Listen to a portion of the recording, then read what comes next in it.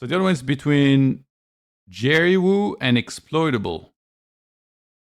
And XPLO1T4BL3 has aces. So I'll bring it up on stream now. GerryWoo opens hijack, 2.25. XPLO1T4BL3 does 12.50.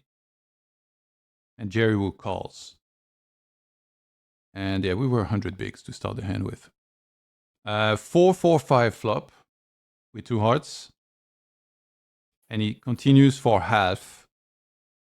Is that, personally, I did a coaching once, and the coach recommended for me when I 3-bet out of position to do 50% a lot. So is that a simple thing to implement and simplify this spot, or is it far more complex than this? And it's just 50% is one time here.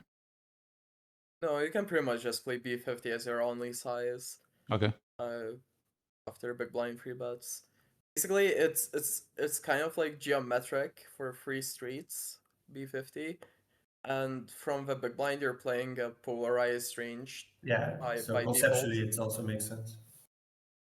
So it's not so much about the ball being paired as much as it's the big blind 3-bet. Yeah, but it's also how I think about it.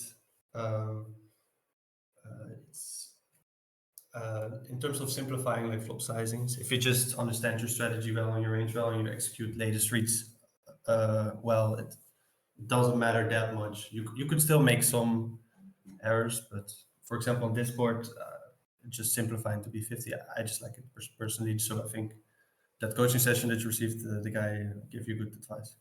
I like it. Okay. We do see a call. 9 of diamonds on the turn. But I'm pretty sure you can't just bet with these positions. You can't bet range anymore. You should be a bit more careful because the GerryWoo's range is already pretty strong because of pre-flop and everything. Yeah, because it's hijack. Yeah. It checks around on the 9 of diamonds, and then on the queen of clubs river, XPLO1T4BL3 jams.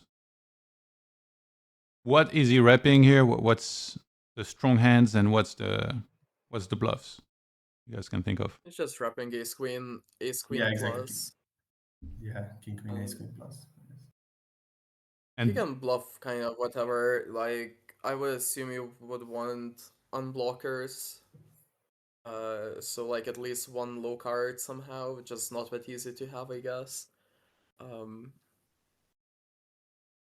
I'm a lot to pick from.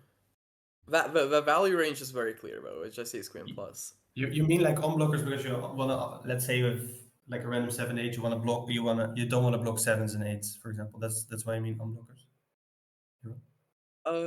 Yeah, but I think a 7 is still like, okay, you block 7s, but you don't really block anything beyond that. Except, okay, maybe 7-6 or something, but... I think in the challenge, everyone finds the low frequency 7-6, they find it pure, because they all want to go to war. Nah, I don't know. Is ace-king in this line? Yeah. Or what do you mean? Like, if he's shoving it on the river, XPLO1T4BL3? Yeah. Like, would he have c-bet, check turn, and then jam river like this with ace-king? I feel like you still have some check EV, but that's what I think. So yeah, like from these kind positions on the border. If in position has like ace jack here, I think you should just bluff it. Yeah, well, if that's the case, then. And so for Gerry, what's kind of like what's the bottom of his calling range? Yeah, the bottom of his calling range. You guys think?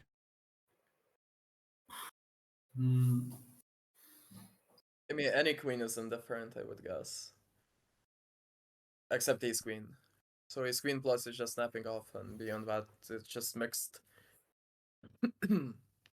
How about like 8s? He's also yeah. I'm more curious also about that part of the range. What you think? Because yeah, most of the queen X is sort of indifferent / will be calling. I think king queen will also just be a call. I think. because he will just think, okay, exploitable sometimes also has king queen still in his line, but it's the rest of the range I think is more interesting. So what do you think of that? Jacks, 8s, 7s, all these hands. Yeah, exactly. Those hands. What do you think of that, Hero? So jacks and 10s I'm definitely folding. 8s and 7s feel slightly better. Why jacks and 10s you're But folding, but then you're thinking about the lower pairs? Well, again, it's kind of like about having unblockers. So it's more likely, in my opinion, that exploitable is bluffing with a 10 in his hand or a jack compared to like a 6 or a 7. Like if he has a 7 in his hand, like first of all he would probably barrel turn with like 6-7 and 7-8. But also he just doesn't have like many because of pre-flop in the first place. But he could bet check bet shove here with like ace 10 king 10 or something quite easily, I would say. So 10 blocks bluffs and a jack blocks bluffs as well. I could be wrong, but just like the first thought he had. Is it like a concept where you might want to call more 10s and jacks because you can inflict emotional pain on the opponent and he will likely more tilt?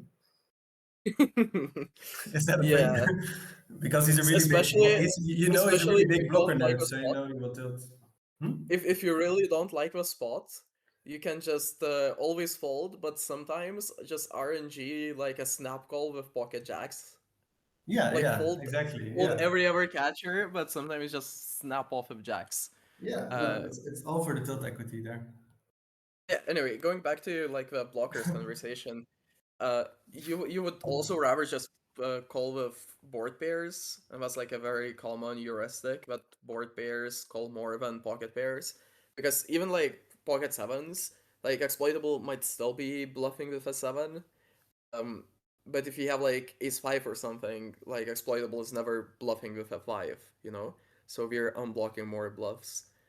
So yeah, like that's the way I And would it's like approach it. always, and especially if it's the higher the card, the more. Maybe this is not the best scenario, but sometimes it's also in the value range. So it's always a positive blocker. If he's never bluffing it, but he has it for value, it's always a good blocker. Berbatov is asking the real questions, by the way. He's like, "Hey, do you think that guy, when he's on vacation in Spain in 2 weeks, he's gonna think back of that hand, like, and feel maximum pain?" I love that. So how about? I hope so. That's the goal, man. So for GerryWoo, how about a 5? What if I told you that he has a 5? Specifically ace 5 suited. Is that a reasonable call here? I think Hero can answer this question better. To be honest, I find these spots pretty tough to face. Always, it's always a bit. Also because I want to play just a good strategy, but again, usually for me, pretty opponent related. Yeah, exploitable with the nuts, that wouldn't surprise me. That guy just has value all the time versus me. So, but I guess it's a decent combo, I guess, to sometimes call. What do you think, Hero? I mean, ace 5 seems like a very good calling combo. Like it's probably still indifferent, but yeah, like thinking about it like first level blockers, this feels really good. All right. Like the ace blocks ace queen and aces as well. Like it might block some bluffs, but it blocks ace queen and aces. So the ace is probably not a bad blocker, and 5 can only be strictly positive, as Joyce said. Yeah, interesting hand for sure.